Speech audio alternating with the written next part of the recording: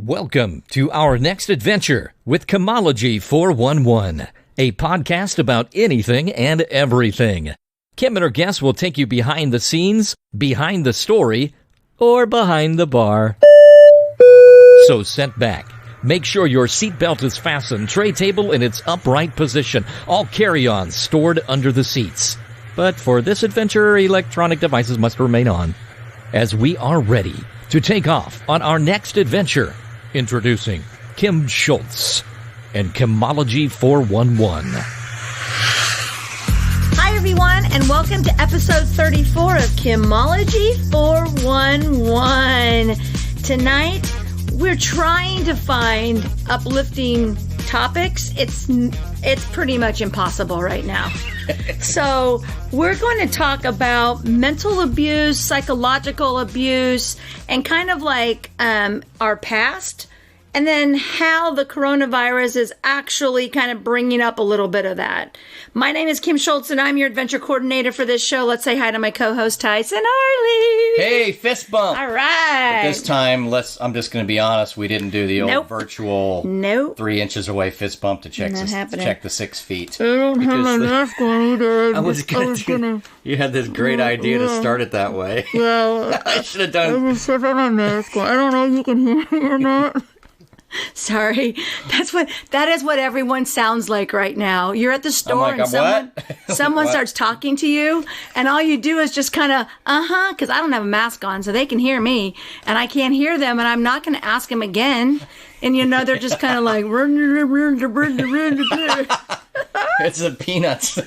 Something. Charlie Brown. Yeah, the Charlie Brown's teacher. Okay, time for Quick Hits with Tyson Harley. First quick hit.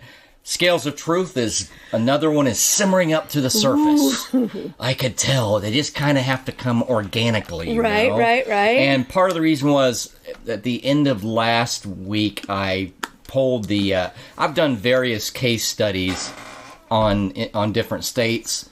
Just analysis of, the information they put out there because of they've done population studies. So you've heard some of those on the Scales of Truth. And I've started to pull the Kansas case data, and I feel like I've got some pretty good material along with some other stuff. It just hasn't quite simmered to the surface. Right. So I am going to have another Scales of Truth episode on this particular topic that is consuming us all here before long. Ugh. And the thing about this particular topic and my Scales of Truth is that the thing is I'm just right so much. Oh my, we're both right. We've said so much in our previous podcasts that are just now coming out. So like even the last couple I did where I just like dropped 1-2 Tuesdays in a row or something like that.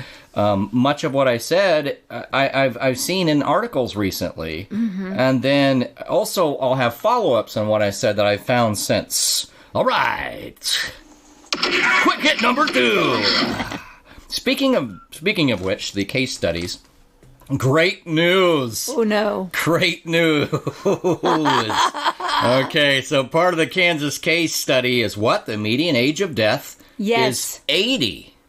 So I said to myself, what is, and I said it to you too. Mm-hmm. I was in the room. I don't know if it was to me, but.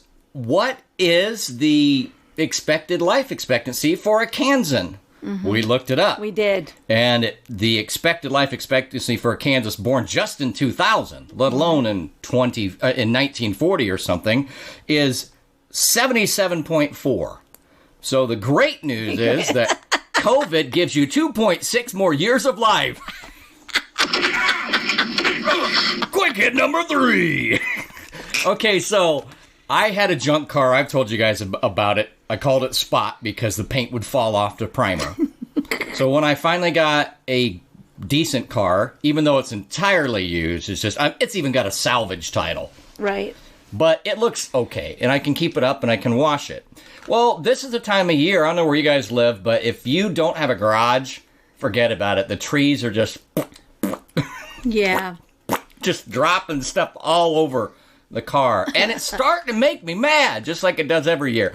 So I pulled out the old car cover, which seems like kind of uppity, right? Right. Especially when you only have a Mercury. Quick hit number 4. Okay, so what I say about an episode brewing up the other day, but something happened. Why didn't I? I'm like, man, I'm so close to doing another. Because you overthink everything? Well, there's that. But that... there's always that. It's because I was busy trying to organize. Oh, that's right. That's right. Yes, I'm so close. I've got this tiny place, and I think mentally I've never really accepted it.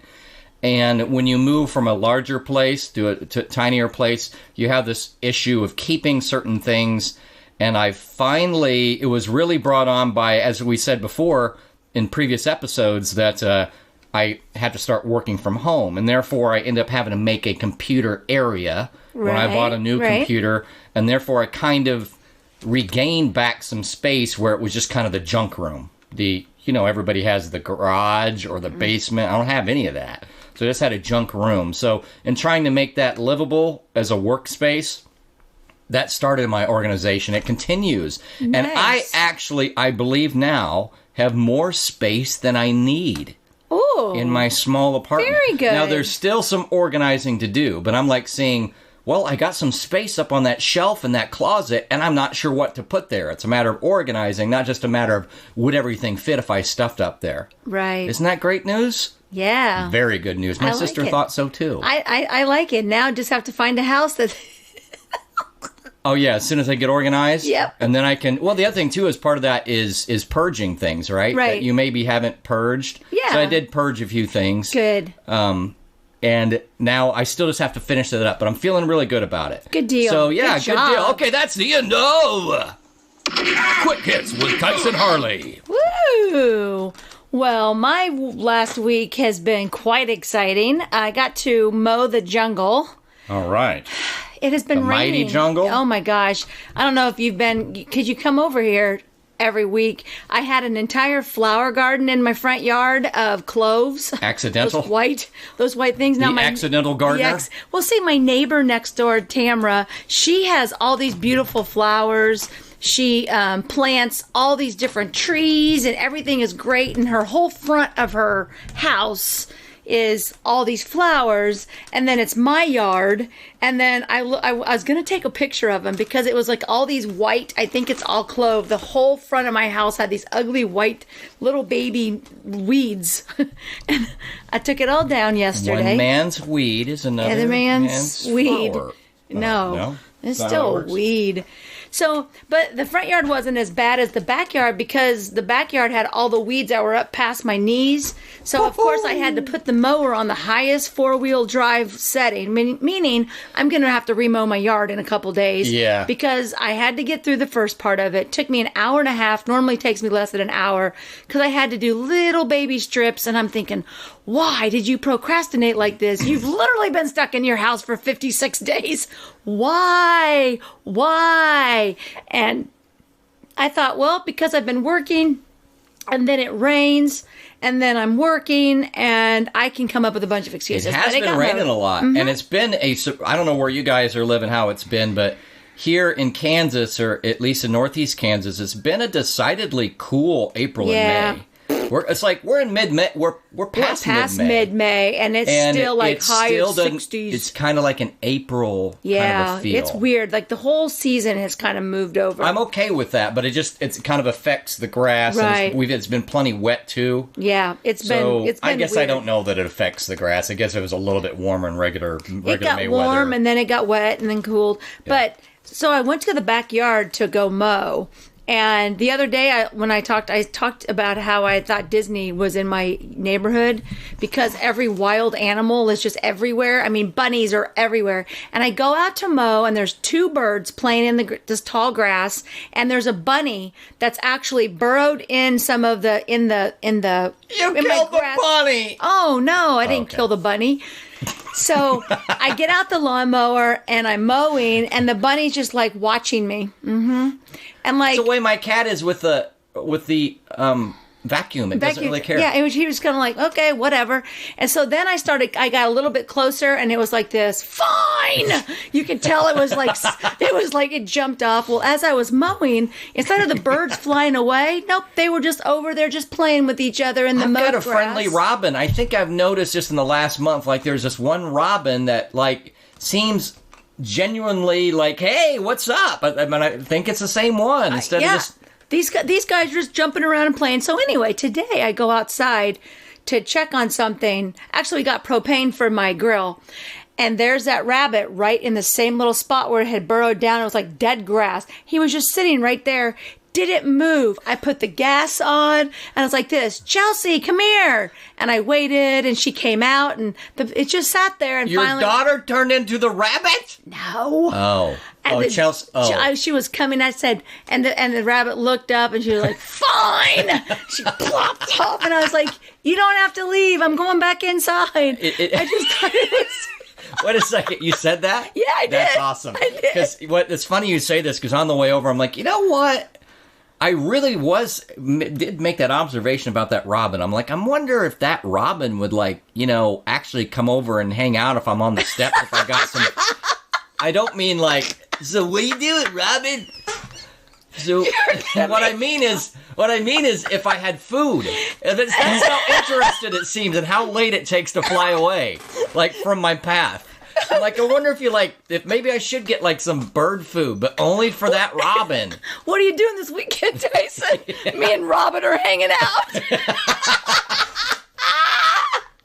Oh, I'm sorry. I can see it. Here, little fella. Your cat inside. Oh, death will be done.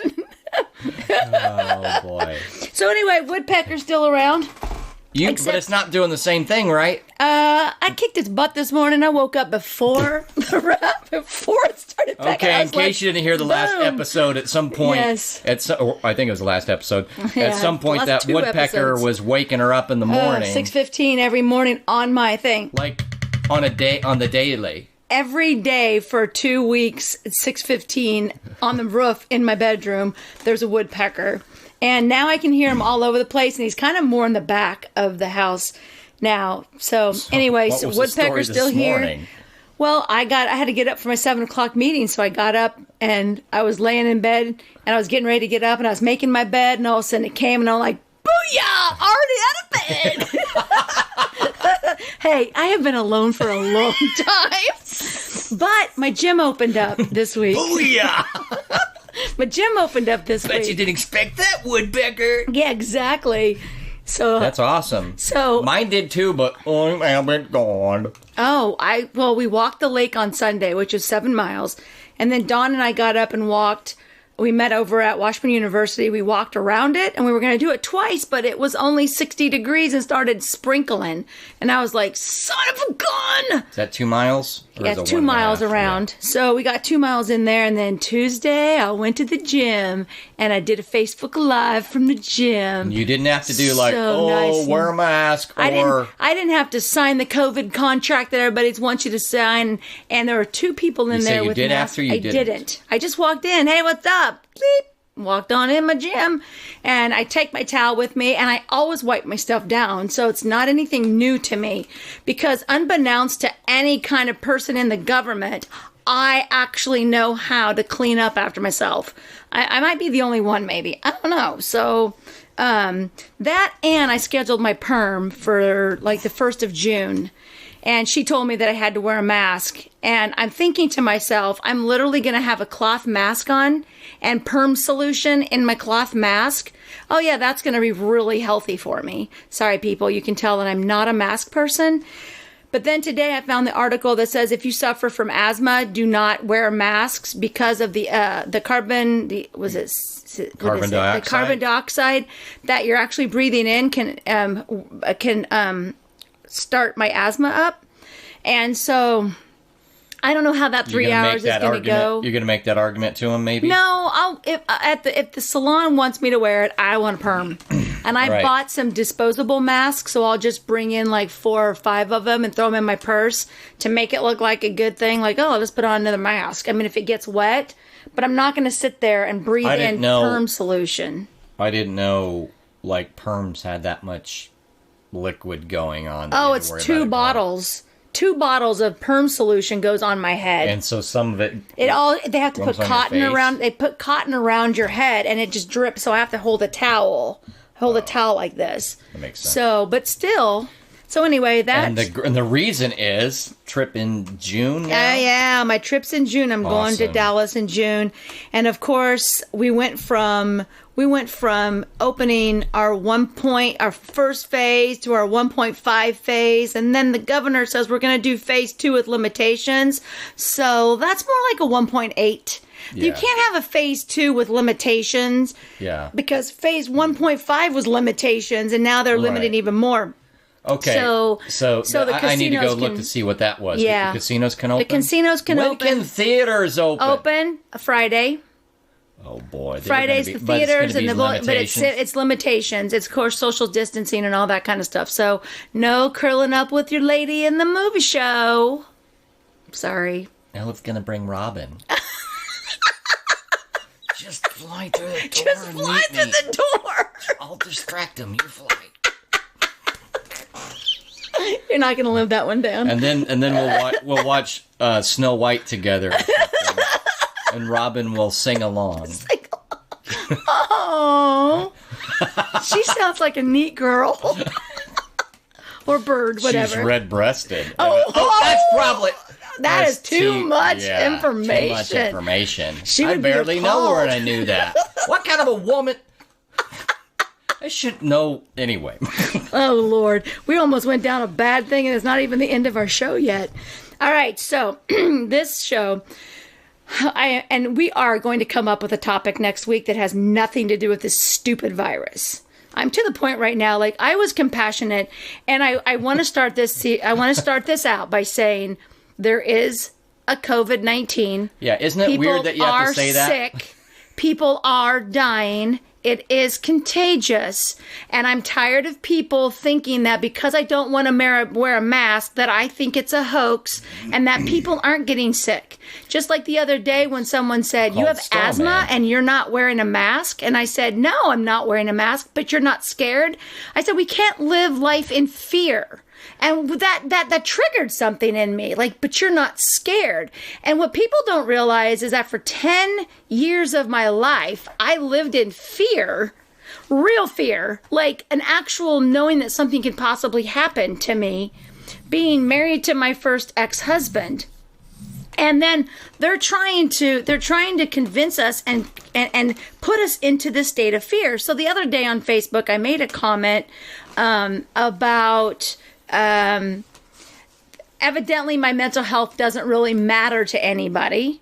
And then I just kind of posted a few different things, and I should have... You made it semi-vague book. Like, people could figure context, but you didn't specifically say it. And I kept saying, I know you want to tell me I'm not caring and insensitive. And I was, like, testing them out because I if you put it in there, like, then they're like this. Well, I really can't say it. I mean, it's right there. Like, she's calling me out. And I didn't want to be attacked with it. But what I was doing is I was helping a couple other people that I saw who were having a hard time with their mental health.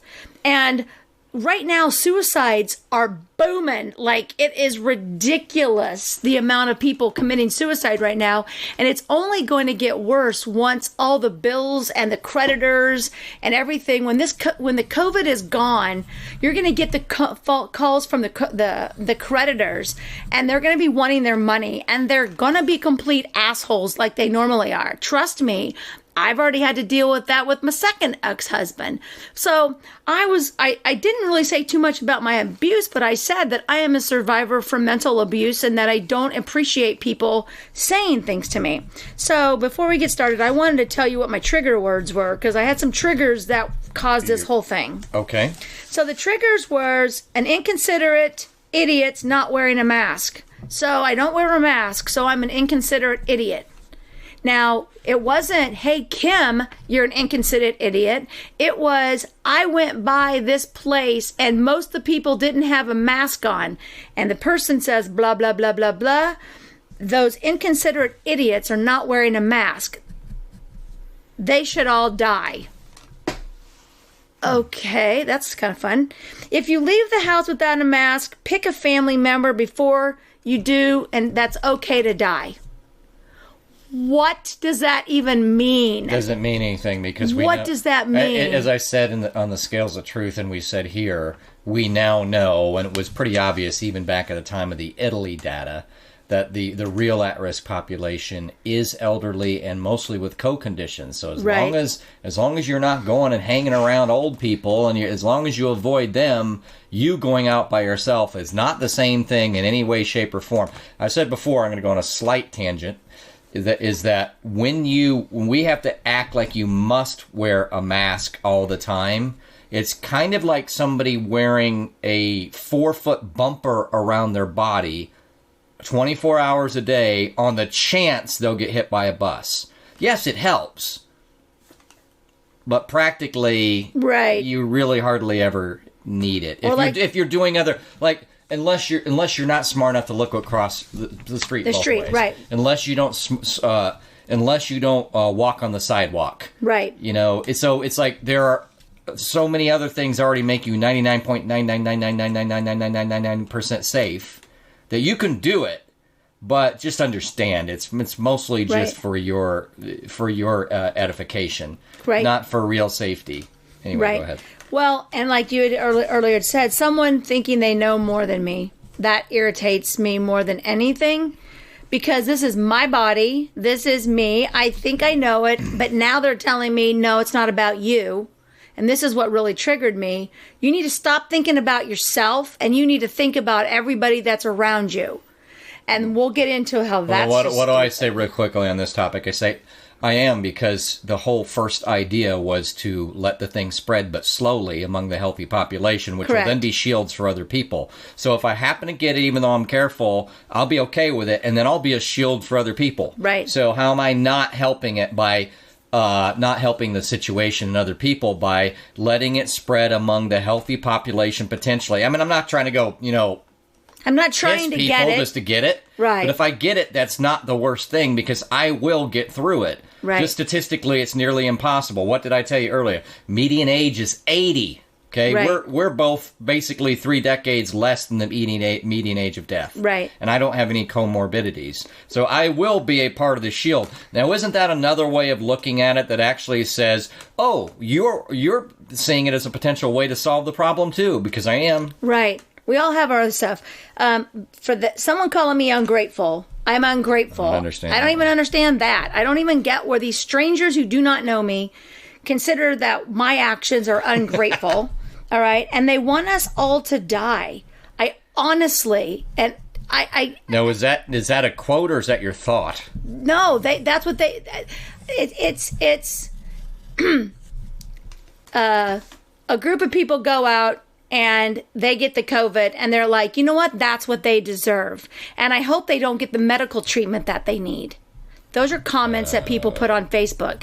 But I don't think that they realize that they're trying to use fear to make us conform. And as a survivor of mental abuse and taking years to get back to my own brain without someone telling me all the time that things will go over. This is screwed up right now. And if you haven't gone through it, and everybody has gone through some sort of mental abuse. Everybody's gone through some degrees. But a lot of people haven't gone through it, that it affected them long term. Right. You mental and psychological abuse is real. It's not seen. And so the one thing that I always say is, sticks and stones will break my bones, but words will never hurt me, is a bunch of crap. Right. I mean, it's crap. You cannot continually tell somebody something and screw with your brain, because your brain is the living object. It's the biggest part of your body. It controls everything. And even though your brain is telling you, no, you're not, eventually your subbrain goes like this. Maybe you are. And you start to believe that crap. So anyway, we have different. So anyway, I'm going to go over a little bit about my past, and then we'll go over some violence, because I don't talk about me. I talk about it on the podcast. I love this podcast because you and I get to talk about us, and it's not out for anybody to grasp their own interpretation of. I think I'm pretty blunt about it. So I got married when I was 19 years old. My ex-husband was not a good person. He was so cute, though. He got kicked out when he was 17 because his father was messing around with his sister. With my ex-husband's sister. She was 13 years old. And she actually got pregnant. And so we don't know any of this stuff. And you're saying at the time? At the time, we didn't know. Now everyone knows. The child knows. Everybody knows. It's not a secret or anything like that. And I'm not saying any names or who this is. You're saying but anyway, now they know? Yeah, we'll get it. Okay.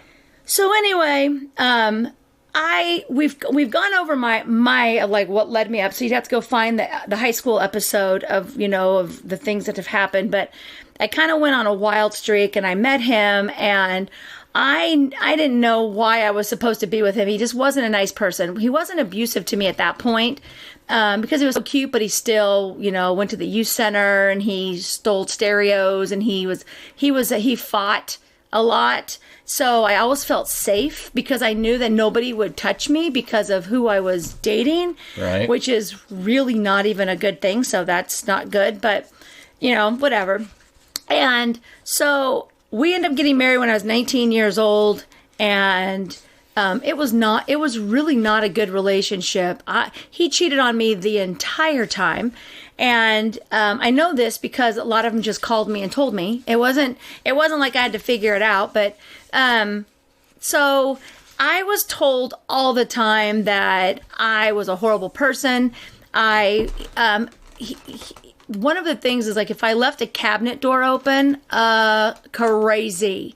I mean, I could be sleeping and he could come home at 2:00 in the morning. I'm already in bed, and he would wake me up to make me shut the cabinet door in the kitchen. Okay. Chase me around. One time he chased me around. I left the garage door open and he had broke his leg and he had his crutches and he walked all the way down, saw the garage door was left open. Instead of closing it, just leaving, came back in the house, chased me into the bathroom door, calling me all different kinds of names. Actually, I shut the door. He took the crutch and hit my door, which now you'll see a mirror on my door because there's a hole in the door. Opened it up, got me in the corner, took his crutch, put it over top of my head, and swung it just like right in front of my face. And he was like, I could crush you, blah, blah, blah, blah. And so there's the mental part, and there's also the physical part. Because the mental part is, I never knew if he was really going to hit me. 9 times out of 10, he didn't. But there were a couple times that he did. So the mental, psychological part of what I went through, and then him telling me what I can and can't do and where I can and can't go, and how what he'd always tell me is no one will ever want you. No one will ever want you, because I had only been with him. I mean, I dated really nobody else. I mean, I had boyfriends here and there, but in high school, I was just kind of like hang out with the group. So he's telling me, and that's all he ever told me. And then he was like this. How long was this marriage? 10 years. But it was 10 years, but there's a good point of that. So, what was I saying? No one will ever want you. No one will ever want me. Good job. No one will ever want me, and that I could never afford to be out on my own. And I thought it. I was like, no, I can't. So I had Chelsea, and when Chelsea was, she was born in October. I think she was 10 months old. He got a job. I helped him because he's in computers. And I helped him get a job, and then he found another job, and that job transferred him to St. Louis. And so he wanted us to move to St. Louis with him. And my daughter was 10 months old, and I was like, why don't you go down there for a little bit? And I'm thinking, there's no way, because I'm not an idiot. I'm like, there's no way that I'm going to have him take me away Even from everybody, because I could die and he would never know it. Like, you would never know that I was gone. And so I was like, no, you go, and it's only going to be temporary, and I'll stay here in the house. And so he did go down there, and he moved in with a guy, just had a bedroom down there, and then he worked. And so while he was down there, So the first phone call was when I was probably 20. It was in the summer, and it was actually on the same day that my best friend's father died. And I was at the pool, and we found out that he had died, and I came home, and I'm like all upset. And the phone rings, no caller ID, no nothing like that. And I said, hello. And this girl says, hi, who are you? And I said, I'm Kim. And she said, and are you Brian's sister? And now he has a sister named Kim. And I said, no, I'm Brian's wife. And she says, I need to tell you something. And I was like, what do you need to tell me? And she was like, well, he spent the weekend with me. And I said, oh, okay, well, my best friend's dad died today, so I can really only handle one thing. So you're going to have to call me back. So, meaning you knew what that meant? I mean, you weren't denying what that meant when she just spent the weekend with me. No, hold on. Yeah, so, you know, the funny thing about that is what have we said before? I can't remember if we said it on air, but I said, when a woman or a guy comes out of a relationship, you don't owe that person anything. Mm-mm. Now, the next person may or may not believe you, but if you know that that person victimized you either physically or mentally or even financially, you can warn the next person. You don't owe them some kind of loyalty of silence. Right. So that's pretty, while it's awful, it's right. Also nice that she called you. Oh, but we'll say this is, you would think that that's the bad part. So I'm distraught, but honestly, I don't care about her because I don't want to be in this marriage anyway. I'm so young. I don't even know why I'm here. Right. But my second dad just died. That's all I cared about. An hour later, she calls back and she says, "Can we talk now?" I'm like, no, we cannot talk right now. I can't do both. I can't lose somebody and then have to deal with you. So I'm sitting there. He comes home and of course I'm crying. He came over and he sat down next to me and put his arms and I said, yeah. He goes, yeah, I heard something. Now, back in the day before cell phones, we really got around. Like, there was ways of getting around. People drove and told people, and I don't have a clue how people know. Use payphone or something. Anyway, I said, oh, and by the way, Bev called. And he looked at me and he goes, what did you say? And I said, Bev called. And he goes, what the F did you say to her? And I go, I said that my dad died, my second dad died, and I didn't have time. And he jumps up, he calls her on the phone, and he's talking to her. No, that's not what it is. That's not what it is. And he made me drive him to her house so they could talk. She lived 2 blocks from where my friends lived whose father had passed away. She lived in it. And her license plate said, gotta dance. You just can't forget that license plate. Gotta dance. So I dropped him off. When you said she called. Nope, didn't care about me. And then his accusation, see, that's what he turned it around on me. That's what bullies do. He turned it around on me. And like, what would that have to do with anything? Yeah. Yeah, so I drop him off and I go over to my friend's house and I walk in and of course they're all crying and I'm crying and they think it's about their dad and I said, no, I just had to drop him off at his girlfriend's house. And they were like, what? And so then I have to tell them the story. I'm a very open person. I'm not hiding any of this stuff from my friends because... Well, that's a good thing too because then... It's probably part of why you recovered, even if you want to say eventually, right? Is because you hide behind the shame, and then that's its own protection for the other person. Anyway, and people not knowing is also gets. I have to be held accountable for this.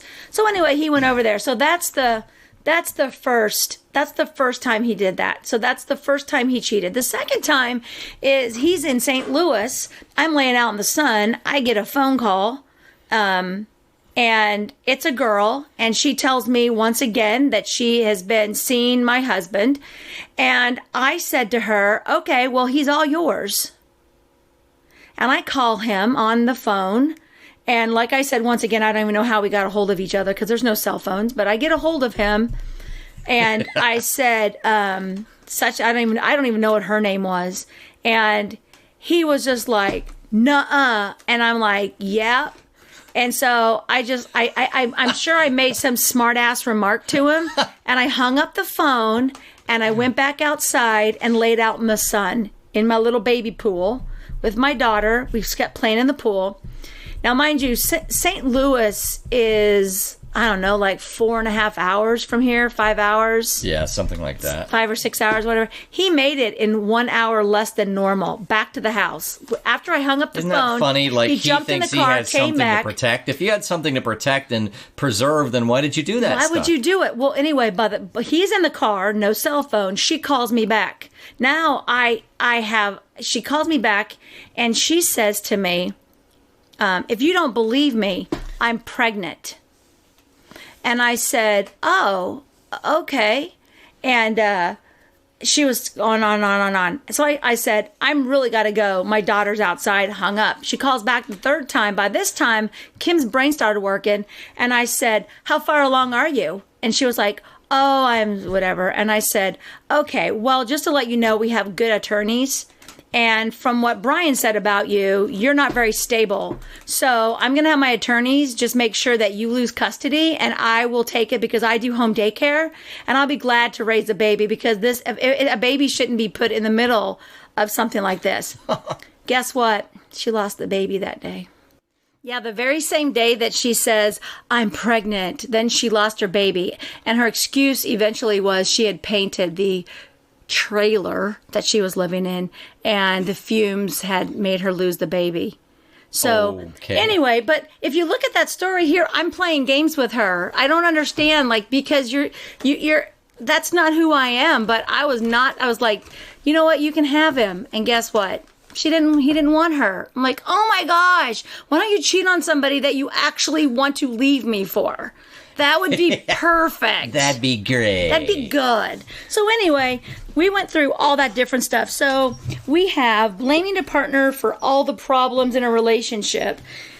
It was always my fault. He's a cheater, so guess what I was doing? I was always cheating on him. Oh yeah, and sometimes people think it's a weird deal where someone tries to reverse that and say, well, if you think someone's a cheater, it's probably because you're cheating. Yeah, it's like, no, sometimes it's because they're cheating. Right. It doesn't always mean it's a mirror effect, but Right. sometimes. But it is true that if you're a cheater, first of all, it's all about bluffing and lying. I mean, I said, when we were talking about this, a pathological cheater is, by definition, a gaslighter, unless Right. they're admitting it all the time. Right. You know, so they're constantly saying, first of all, what's in front of your eyes and what you think you heard and what you think that you're crazy. You don't. Right. I am not cheating. Yeah. So and then it's like, and then they, like you said, they project that onto you because in their minds it's a lot more real and probable because they do it. Right. Right. So if you go shopping and you're gone for an extra hour, you know, because you decided to drop by somewhere else, or then you're probably with some guy named, I don't know, Joe, who he knows from he saw you look at once. You know. Oh, when we were dating, if we were at the bar and I had guy friends and he'd walk in, I'd be talking to one of them, he would try to beat them up, and I'm like, really? Like, I had never cheated. I still to this day would never cheat. And I just think you like the company of guys. Yes, so that would be weird. Yeah, so anyway, embarrassing me in public, that happened all the time. And so compared to the embarrassing me when we'd be like in Kmart or something, and he would just start yelling at the top of his lungs, F this, what do you think, blah, blah, blah, blah, you do, and you're just like, what are you doing? Just to embarrass me, just yelling at me. But here's... So do you think that was like domineering in public too, or was it had more than just that? I think they just like to destroy you, and this is how we're going to go to the coronavirus. The coronavirus. So today I'm in a meeting, and someone said they had a mask on, and a girl walked up to her in the store and go, "You look ridiculous in that mask." Okay, first of all, stay out of someone's face. If they have a mask on, leave them alone. If they don't have a mask on, leave them alone. But people are attacking each other nowadays. That is abuse. You already feel weird having to wear a mask, but you know what? You don't know what that person's going through. Yeah, you don't know. Maybe they have a low immune system. I get frustrated, but I'm not going to go up to anybody. I'll be like, I get frustrated by the total numbers, but I'm not going to go tell anybody that. You're right, I'm not going to say it to their face. You don't know their story. Exactly right. Name calling, the same thing. Let me see here. You're an inconsiderate idiot. You're ungrateful. Well, wait a second. What's this one? Constantly comparing them with others to undermine their self-esteem and self-worth. So I didn't to have other that. women? I don't know. Constantly comparing them. I thought maybe that was your list. No. This is off. This is off of a website. Okay. I just didn't want to type them out, so I picked this because most of these are yelling and insulting and swearing at them, verbal abuse, controlling someone's finances. That didn't happen. He thought I was embezzling money. My brother-in-law told him that I was embezzling money from him. And so he came home and he was like looking, I was thinking, we have no money to embezzle. What money would I be embezzling? The only thing that I did do was back in the day when you paid your insurance bill, they sent you cash. And so I would take those checks and cash them because I knew that when I got divorced, I needed to make sure that I had at least like $1,000 so that when he was gone, I would not be homeless. Like, I didn't know what was going to go on. So my embezzling was, I guess I did save the cash from the insurance checks, put it in an envelope so it couldn't be found anywhere. It wasn't even at my house.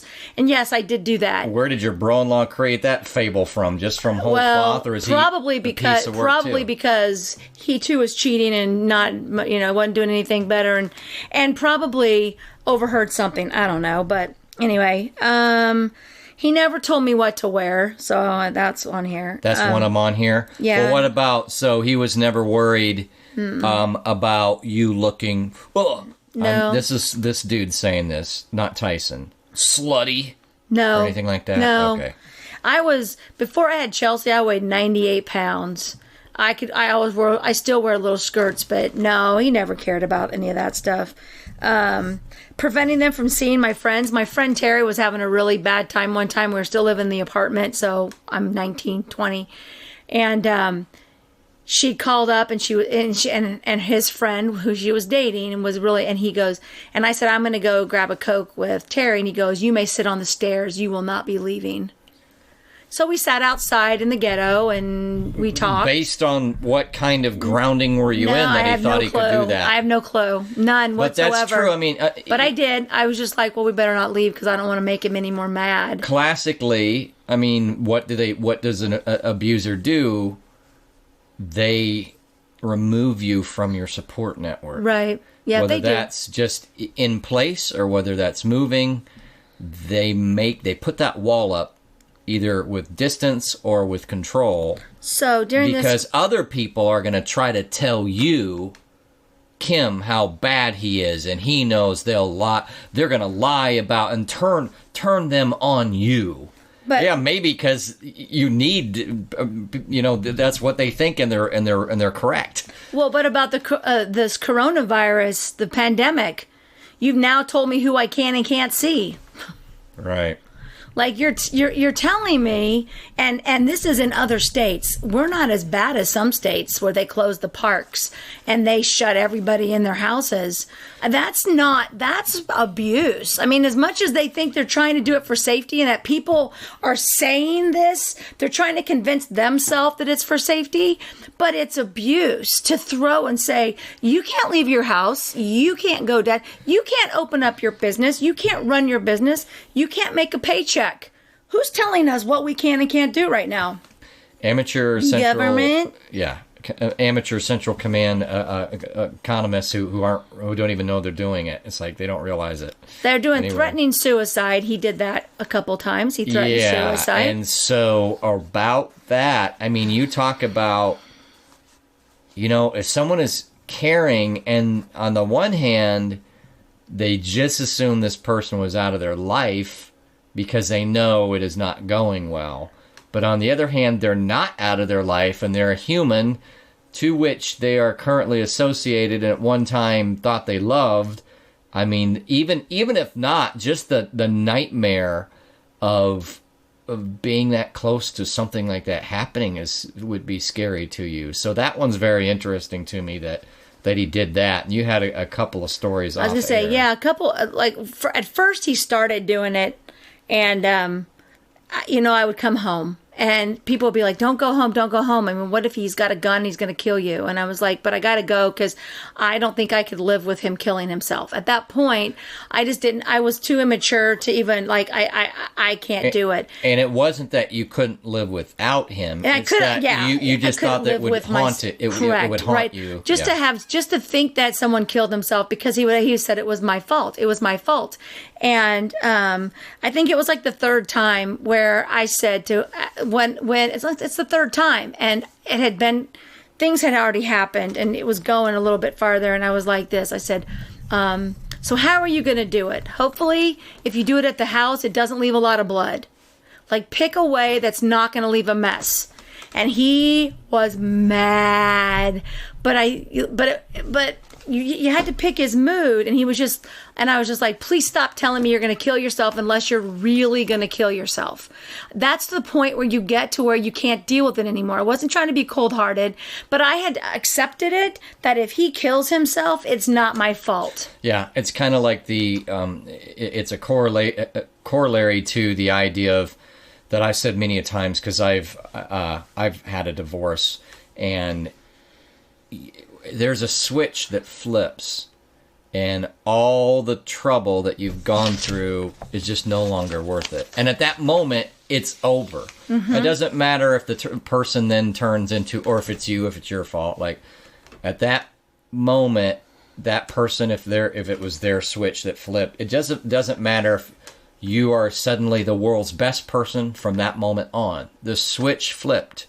And for you, that, okay, I am not going to let myself be affected by these threats. And I think it's because I was open with my friends, because everything that happened, I told my friends. I wasn't keeping this in secret. Like some of the people that I know, they just keep it all in because it's more embarrassing. I've never done that. And so I've always spoke, and luckily I have friends who don't judge me for being stupid because I've been stupid. But I think that's kind of what helped me. So I looked on psychologytoday.com, and it said that there are 3 million cases of domestic violence reported each year. That number's going to increase with this virus.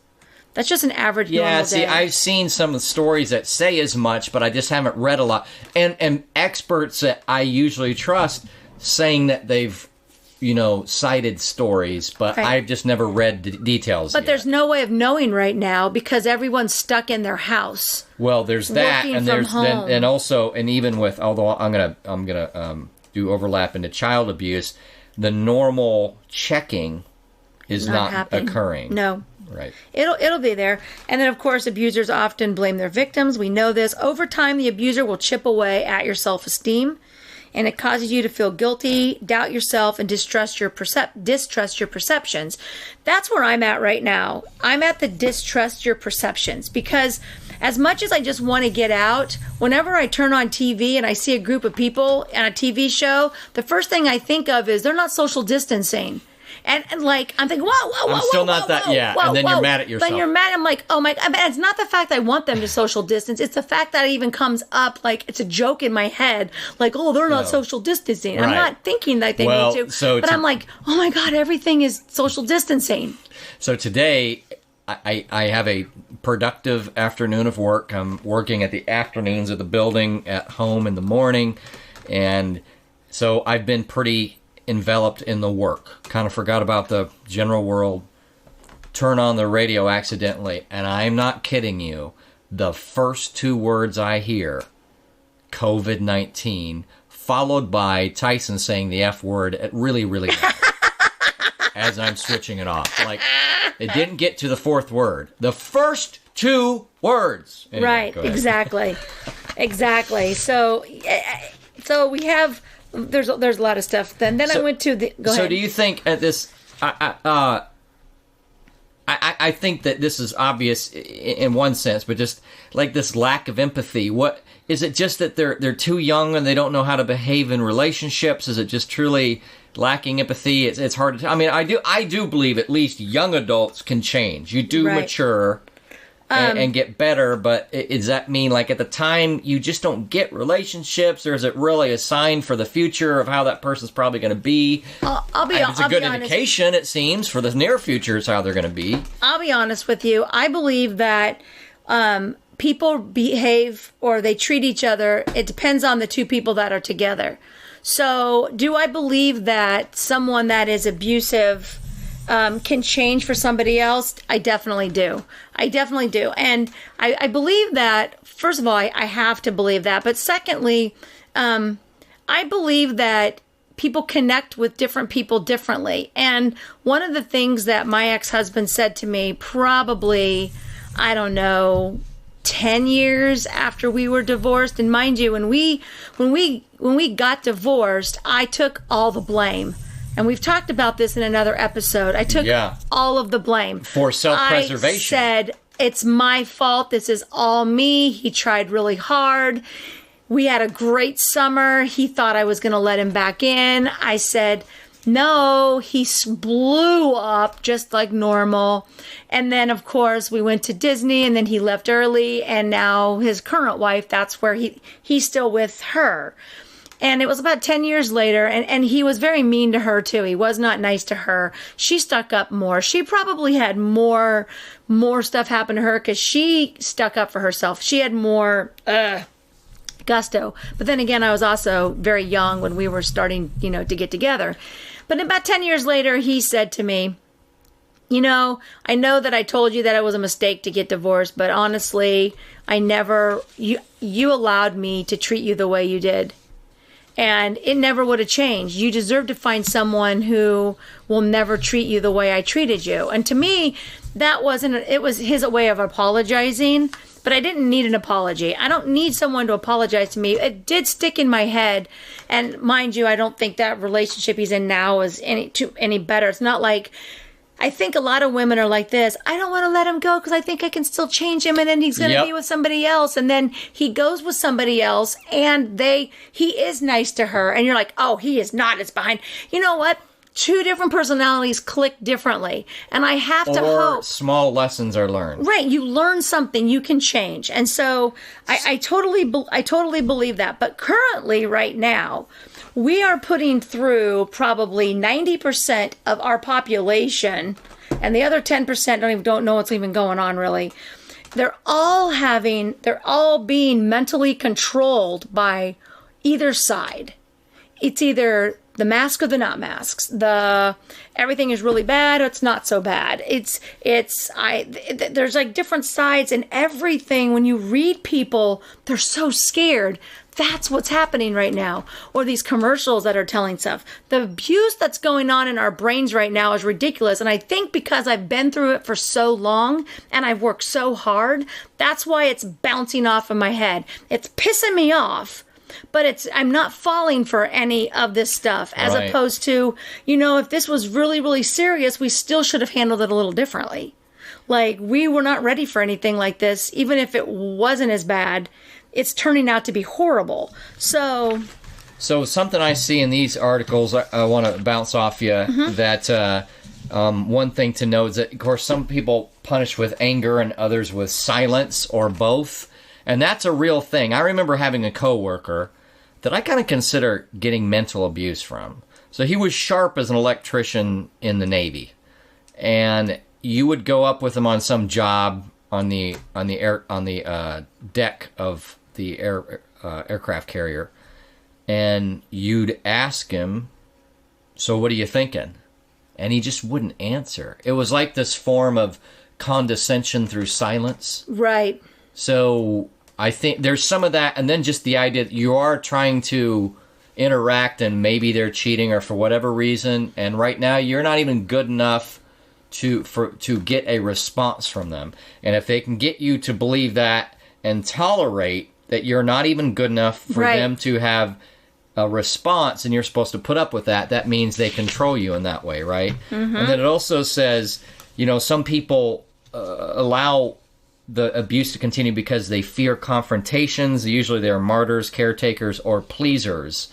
And others ineffectively argue. I can tell you this early on in my adult life, and even as a teenager, I like to argue just almost to argue, and I wouldn't know when to pull it back. Right. I can see that. Yeah, and I wouldn't know when to pull it back. Because you're not, you. I think you have trouble reading. You might be having trouble reading people's reactions. Right. And so I had to learn to, okay, well, don't do it. I was trying to start an argument, and no, yeah, you're right. Don't do it just for sport, because you might think it's kind of funny. You're having like this little witty banter like on the TV shows, right? But those are all a bunch of little arrows, right? Just a death by 1,000 cuts, as we said off air. But those people are trying to be a pleaser or a caretaker or a martyr. There are people in the mindset. I think it's pretty common for, if I just do enough, then they'll see I'm the one who sacrificed so much, and that puts me in the right. Well, stop doing that. Right. Stop making yourself so much of a martyr if the person's not deserving it. Right. But I've had it with, if someone ineffectively argues, and I've seen it with other young couples after I screwed away mine, or it was easier to see it in the other couples, like, why are you guys still arguing about that? Just because the other person can't do a logic, a chain as well as you, doesn't mean you should have really spent 10 minutes arguing with your spouse. Right. Because you think, well, it's harmless. Well, in a way it is, but in a way it's, again, just this little badgering. And what did I say the other day? I not nitpicking, but there's another word I was using. But it's, just the little attacks. And these little attacks add up. Right. And it wasn't always taking a little poke at people. Yeah, just like always making those, kind of trying to bring down or humiliate someone in front of it, just with a simple word can make someone just feel horrible. And on the one hand, you go, them. I didn't mean anything by it. Yeah. And what is this? It's like, they fear confrontation. So why did you bring that up? Yeah. It's like, what? It's no big deal. Yeah. So that person gets to bicker at you and do these little jabs all the time.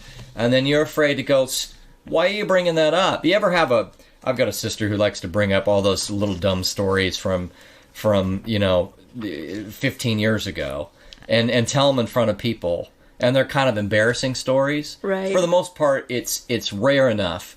But, like, if you did something bad 2 days ago, and then you get together with your friends, and your spouse, while having couple time, has to talk about the dumb thing you did 2 days ago. Yeah. It's funny. It's a fine line between having fun and banter and then realizing that can really wear on somebody. Yeah. You have to, the other person. So when we started the podcast, I'm a very sarcastic person. Tyson and I did not hang out. We didn't know each other, but you can see my family. You have a conversation about what is allowable and what's not allowable, what's just kind of funny, because nothing we say to each other is going to be serious. And if it was and it was hurtful, it'd be kind of like he'd give me a wave, and we'd turn it off and we would start over if I ever was able to hurt the one feeling that you have. I have feelings.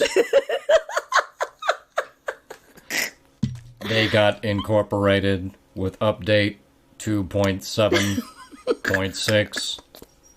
0.4. But sounds like our phases. But no, when you've got to know it. So if you're actually, we're just partners. If you're dating someone, my emotion algorithm says I should be upset right now. I am therefore upset.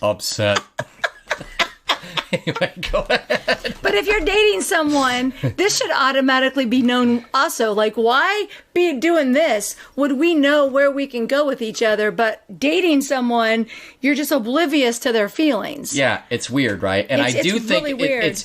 There's always a little bit of, you're taking, it's going to sound weird, but you're taking a little bit of ownership with the person you're dating. You're and there's that little bit more pride involved and fear of losing. And you do some things that if you're not careful can turn into domineering. And the other thing too is I find that people who are like just connect with their intellect, they do try to do that intellectual domination more. Right. Like your IT guy who was funny because he's IT, but he also beats up people. So that was an interesting combination. Right up right. Yeah, he's a genius, but because of his circumstances, and I could always justify why he had bad behavior because of upbringing and all that stuff. And yes, my ex-husband actually told my mom, thank you for being in my life because I wouldn't have what I have. He's a millionaire. So